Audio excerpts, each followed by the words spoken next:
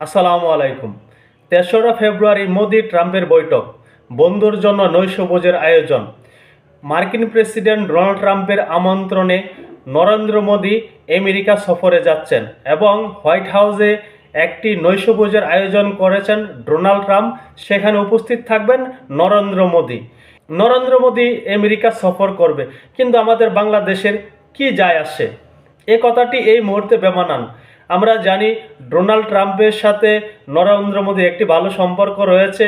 এদিকে বাংলাদেশের রাজনীতিতে বড় একটি ফ্যাক্ট হলো ভারত এবং নরেন্দ্র মোদি। এই নরেন্দ্র মোদি আমেরিকার সাথে বৈঠক করবে, সেখানে বাংলাদেশ নিয়ে কথা বলবে। বাংলাদেশে যেভাবে ক্ষমতার রদবদল হয়েছে, বাংলাদেশের বর্তমান যে পরিস্থিতি, সেই বিষয় নিয়ে হয়তোবা তারা আলাপ আলোচনা করতে পারে। আমরা দেখেছিলাম যখন ডোনাল্ড ট্রাম্প নির্বাচিত হলেন, আওয়ামী লীগ অনেক উচ্ছ্বাসিত ছিল, উল্লাস করেছিল। এর বিশেষ কারণ হলো ডোনাল্ড ট্রাম্প বাংলাদেশ নিয়ে একটি নেতিবাচক মন্তব্য করেছিলেন। বাংলাদেশের সংখ্যালঘুদের উপর নির্যাতন হচ্ছে এমন একটি টুইট বার্তা দিয়েছিলেন। এবং আমাদের বাংলাদেশের যে বর্তমান অন্তর্বর্তী সরকারের প্রধান উপদেষ্টা রয়েছেন ডক্টর মোহাম্মদ ইউনূস, তার সাথে ডোনাল্ড ট্রাম্পের রাজনৈতিক দলের সাথে একটি বৈরী সম্পর্ক রয়েছে। এই কারণে আওয়ামী লীগের পক্ষ থেকে বারংবার বলা হয় বা বারংবার আমরা শুনতে পারি আওয়ামী লীগ নেতাকর্মীদের মুখ থেকে, ডোনাল্ড ট্রাম্প ক্ষমতায় বসার পর আওয়ামী লীগের ভাগ্যের পরিবর্তন ঘটে যাবে।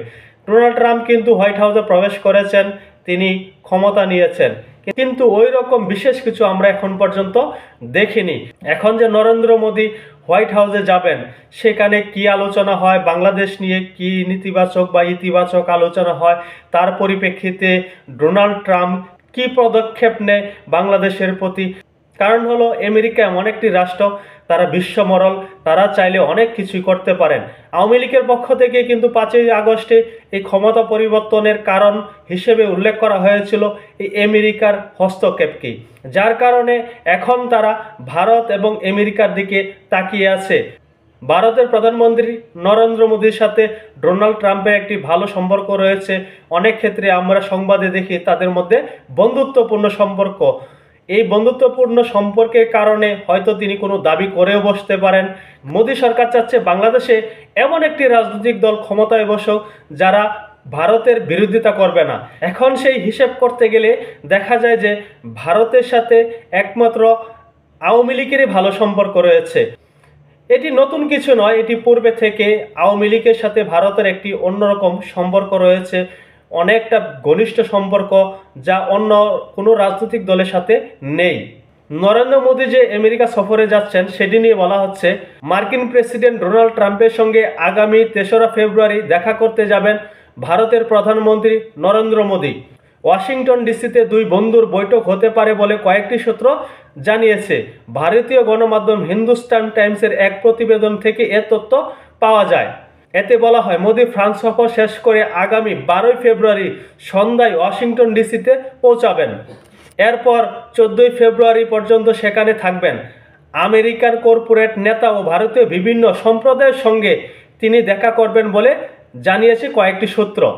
আগে জানা গিয়েছিল মার্কিন প্রেসিডেন্ট ডোনাল্ড ট্রাম্পের সঙ্গে বৈঠকের জন্য আমেরিকা যাচ্ছেন ভারতের প্রধানমন্ত্রী নরেন্দ্র মোদি। গত সপ্তাহে ফ্লোরিডা সাংবাদিকদের সাথে এ কথা বলেন ট্রাম্প নিজেই। ট্রাম্প বলেন, তার সঙ্গে আমার দীর্ঘ সময় আলোচনা হয়েছে, তিনি সম্ভবত ফেব্রুয়ারিতেই হোয়াইট হাউসে আসবেন। আমাদের ভারতের সঙ্গে খুব ভালো সম্পর্ক রয়েছে, অর্থাৎ নরেন্দ্র মোদির সাথে তার বন্ধুত্বপূর্ণ সম্পর্ক রয়েছে। এটি আবারও তিনি বললেন সাংবাদিকদেরকে। এই যে বন্ধুত্বপূর্ণ সম্পর্ক, এটি কিন্তু ডোনাল্ড ট্রাম্পের মুখ থেকে আমরা অনেকবার শুনেছি। এখন দেখা যাক বাংলাদেশের রাজনৈতিক প্রেক্ষাপট এই বৈঠকের পরে কোনো পরিবর্তন ঘটে কিনা। তবে আমরা চাই বাংলাদেশে অভ্যন্তরীণ বিষয়ে কোনো বহির্বিশ্বের কোনো রাষ্ট্র যেন হস্তক্ষেপ না করে। কিন্তু এটি অনস্বীকার্য, সেটি হলো আমাদের বাংলাদেশের রাজনীতি বাংলাদেশে অভ্যন্তরীণভাবে যতটুকু নিয়ন্ত্রণ করা হয় তার চেয়ে বেশিরভাগ নিয়ন্ত্রণ করা হয় বহির্বিশ্ব থেকে। বহির্বিশ্বের বিভিন্ন দেশ বাংলাদেশকে নিয়ন্ত্রণ করার চেষ্টা করে, তার মধ্যে প্রথমেই আছে ভারত, তারপর রয়েছে আমেরিকা। আমেরিকা শুধু বাংলাদেশ নয়, বিভিন্ন দেশেই হস্তক্ষেপ করে থাকে। ডোনাল্ড ট্রাম্প নির্বাচিত হওয়ার পর থেকে আমরা কিন্তু আওয়ামী লীগের মধ্যে একটি সুবাতাস লক্ষ্য করছি, আওয়ামী লীগ নেতাকর্মীদের মধ্যে একটি সতেজতা দেখছি। আরেকটা জিনিস আমরা লক্ষ্য করছি, মুঠোফোনের আলাপচারিতা যেগুলো ভাইরাল হয় তা থেকে যতটুকু বোঝা যায় সেটি হলো এই মুহূর্তে শেখ হাসিনা ব্যাপকভাবে আত্মবিশ্বাসী। হঠাৎ করে তিনি কেন আত্মবিশ্বাসী হয়ে গেলেন বা কি পরিকল্পনা করছেন হয়তো এখন প্রকাশ্যে আসছে না, যখন তারা বিভিন্ন কার্যক্রম দেবে সেটি আমরা তখন দেখতে পারবো। কিন্তু শেখ হাসিনার ভিতরে যে আত্মবিশ্বাস নিয়ে তিনি নেতাকর্মীদের সাথে কথা বলছেন, নেতাকর্মীদেরকে যেভাবে পরামর্শ দিচ্ছেন, নেতাকর্মীদেরকে মাঠে আস্তে আস্তে নামার জন্য বলছেন, তাতে মনে হচ্ছে রাজনৈতিক একটি খেলা আমরা সামনে দেখতে পারবো। এখন এই পর্যন্তই, সকলে ভালো থাকবেন, আল্লাহ হাফেজ।